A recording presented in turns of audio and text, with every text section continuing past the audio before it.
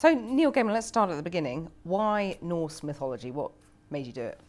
I've been in love with Norse mythology since I was a kid. I was probably 6 years old when I discovered the Marvel Comics Thor in English reprints, and then went to Roger Lancelin Green's Myths of the Norsemen, and I loved the stories. I loved how strange, funny sometimes, and also dark they were. These wonderful tales of trickster Loki, of wise but untrustworthy Odin, of huge, powerful, mighty, but not necessarily the brightest hammer in the bag Thor, and the way that they were all heading towards Ragnarok, the end of everything, the battle that's going to finish the world. And that, for me, it was just my favorite myth cycle. And I just wonder, obviously the Greek myths are sort of embedded in our culture in a way that perhaps the Norse myths aren't. I just wonder why you thought that might be. I think you can follow the stream, the classical stream, from Greek to Roman, to a world in which all poets had studied, had read and understood Latin and were familiar with the classics, and you needed to be familiar with the myths in order to understand the allusions and so on and so forth. And whereas the Norse myths were just this weird little tributary off on their own, we don't have many of them. What we have in the Norse myths were saved for us after the Christianization of Scandinavia by some Icelandic people who actually, again, wanted the poems to be understandable, so told the myths, or a small selection of them. I mean, is that because of the sort of oral nature of these myths then? Do you think that the fact that there's not been that line of a sort of literary tradition, one passing to another? I think the oral nature of the myths has meant that we've lost a lot. What we've got saved are the stuff that they wrote down, some poems, some stories about 1,000 years ago. But also they are odd. They don't necessarily quite fit together.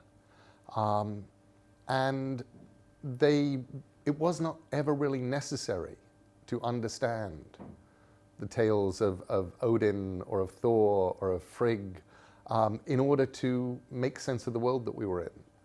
Or even though they've left themselves in our days of the week. I mean, Wednesday means Odin's Day. Is that perhaps one reason why you were really able to take a sort of artistic license? For example, the way you portrayed the women. I mean, Freya, beautiful Freya, won't be pushed around by the gods, will she? I sort of suspect that's a bit of a departure from the original. Well, I really didn't depart. I was very, very good in always taking what happened in the tales that we have and just amplifying it, giving it color, giving it dialogue. So Freya basically will not be pushed around, and where I have her explaining to the gods that she will not be sold off to a giant in exchange for Thor's hammer, and she just goes off to her house and refuses to come out, that's what happens in Snorri's story. But what I do is I liked to give her a certain amount of spunk in the dialogue to really make it clear that these goddesses were goddesses with agency. And Freya was a feminist before the word invented. Absolutely a feminist. I recalled while I was reading it that Margaret Thatcher infamously said that studying Norse literature was a luxury. Did you feel that you were able to sort of revel in this luxury? Did it feel like a sort of hobby for you? It was a hobby. This is a book that I was asked to write 8 years ago, and it took me 4 years of reading and rereading the Eddas to actually go, I think I know how I can do it. I think I can figure out the kind of language I want to use. I want to use these relatively short sentences, very crisp, clean language that gets pretty around the edges but is never pretty for the sake of being pretty. And I want the dialogue all the time to be just funny, snappy, and never stuffy, never Shakespearean. I want you to feel that you know these characters. And then I wrote it as a hobby, between other things. I'd be working on a novel. I'd be working on, I've spent the last couple of years writing the Good Omens television series. I'd write an episode of Doctor Who, whatever. But if I had a week between things, I'd go and write a Norse story. I mean, it is very witty. Is that something that you took from the original and, ramped it up a little bit? It was something I heightened from the original because you felt, or I felt when I was reading these stories, like a lot of them are sort of situationally funny. And you're going, well, these are being told originally as oral tales in long, long nights and endless days of Scandinavia in the summer and in the winter. And you know that at the point where somebody is explaining that Thor has dressed himself unconvincingly as a maiden and is hiding underneath a giant veil, and scoffing all the but as all of the cakes and the food and the salmon comes past, he's just devouring them. Whole salmon disappear under the veil, and he drops the salmon bones. You're going, that's got to have been funny. So let me write it in a way that's funny. Let me write it so that the dialogue is actually, so you're going to laugh when you read it, because that's how they have to have been told. In the story, The Master Builder, Odin, the most powerful Norse god, proposes a wall to keep out the giants and the trolls. I suppose it made me laugh with the sort of contemporary political reference to Donald Trump's wall. But also, is it a reminder that mankind has been building walls and trying to keep the enemy out for centuries in myth as well as in reality? I mean, how do you think history and mythology helps us make sense of the great ructions going on in Western politics at the moment? Well, I mean, it is absolutely fascinating that the way you have this story in which Odin goes, we need a giant wall around Asgard to keep all the giants out. And actually he winds up getting a giant to build the wall and is determined to make the giants pay for it. So which may well be where Donald Trump got the idea. Yes, I think we can learn a lot from myth. But I think, more than the wall, which is just really kind of funny, the place where I keep going and where my head keeps going is Ragnarok, is the final chapter where we are describing the end of days with brother against brother and mother against son and sister fighting sister, and the idea that the seas become a dead and dead fish floating on the top of the seas, and the climate just going to hell and an endless winter and an endless famine. And it was interesting, when I was being interviewed in America last week, I would have perfectly sane interviewers saying to me, so Neil, do you think we're at peak Ragnarok yet? And I would be going, no, we're not at peak Ragnarok, we've barely begun. But are we inexorably heading that way? I don't think there's any inexorably, but I do love the fact that it's there for us as a warning. The idea of Ragnarok and going, you actually need to pull out. If the climate goes dark, if there is no food, if the seas die, this is where you are headed. Do you think that warning will be heeded, though? I hope. One of the things that I love about the Norse myths is, even though they head all the way into the darkest Ragnarok, into all of the gods dying and the last battle in a sunless, moonless, foodless, chilly world, at the end you have hope, you have a new sun and some new gods and green grass growing once again and more life. And there is always hope, and there always has to be hope. But I do think that right now we are in an era, possibly not of peak Ragnarok, but certainly of peak selfishness. And do you find that sort of apocalyptic, apocalypse in the offing, I suppose, do you find that as an author gives you more fuel, it gives you more inspiration? Or does it make you so sort of despairing that you find it hard to put pen to paper? I certainly found that the events of last year politically have actually energized me in a fictional way. I'm working on a new novel. For the first time in 20 years, I'm going back to my novel Neverwhere and writing a sequel, because Neverwhere, when I wrote it 20 years ago, for me was a way of talking about London, but it was also a way of talking about homelessness and the people who fall through the cracks and the dispossessed in a way that is palatable but allowed me to say everything that I wanted to say. I'm now back in Neverwhere, and for me it's taking not only the dispossessed, not only the homeless, not only those who fall through the cracks, but also the refugees, also people who are fleeing war, fleeing intolerable situations, barely getting out with their lives, and then what happens to them. And that, for me, has to go into the fiction. And you've done a lot with UNHCR on the plight of Syrian refugees. When the government rode back on its plan to take 3,000 child refugees into the UK under the Dubs scheme, did you feel that the government was reflecting perhaps a more selfish public opinion, or are they leading public opinion in, I assume you would say, the wrong direction? I just thought it was cowardice. I thought it was moral cowardice in every possible way. We owe it as human beings, as part of the family of humanity, to look after our family. We help children. That's what human beings do. And the idea that we would leave 3,000 children in situations where they are at danger, at risk, and more than at risk, where terrible things are happening to them, to me seemed almost inconceivable that the government could be that selfish, that short-sighted, that foolish.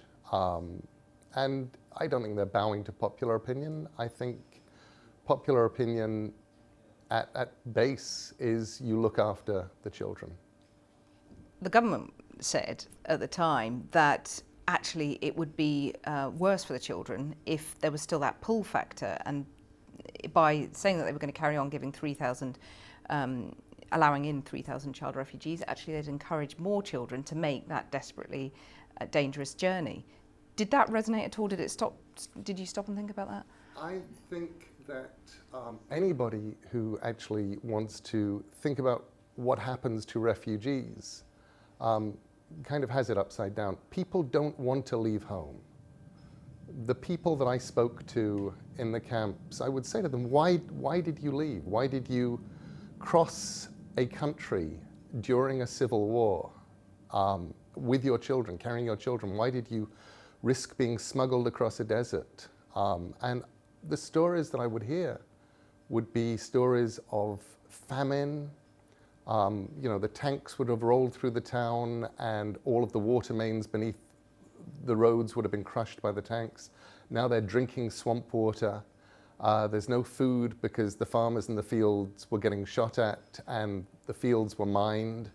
And now they eat their cats and their dogs with special dispensation from the imam, and they have children, and they go, we will die if we stay here. We may have a chance of life if we get away. These are not people going, I have nothing to do this Thursday, I think I'll go to England, that sounds like the best idea. These are people getting out of intolerable, impossible, nightmarish situations, the like of which we are incredibly lucky not to have to endure. I don't think an extra 3,000 kids in Syria are going to go, whoa, they let in 3,000 kids, I'm going to leave home. These are people who are fleeing, who are dispossessed, who are at risk in the cosmic sense. They are at risk of being killed, they may not survive. I met people who crossed the desert to get into Jordan, who passed the dismembered bodies of people on the way who had paid to be smuggled across the desert, and the smugglers had decided it was easier just to kill them and take the money. These were nightmare stories, and I think we owe it to these people to take care of them. In the story, The Master Builder, the gods got their wall in the end. Do you think Trump will get his wall? I think that Trump will get his, yes. And how do you view that as someone who spends a lot of time in the States? I Actually, I say he will get his. I think the wall is probably. It remains to be seen whether Trump will actually remain in office at this point and survive long enough to make a giant wall that nobody really wants happen. You're betting he'll be defenestrated? He does not seem competent. He's a reality TV star and often bankrupted businessman who seems to have backed into the White House and doesn't really seem to know what he's doing there. He would probably be an awful lot happier if he were just sort of let out now. So which of your Norse gods is he? If Odin built the wall in your story? I don't think Trump rates godhood. Trump is right now for me much more like one of these rather sorrowful giants who is rather large and breaks things by sitting down on them.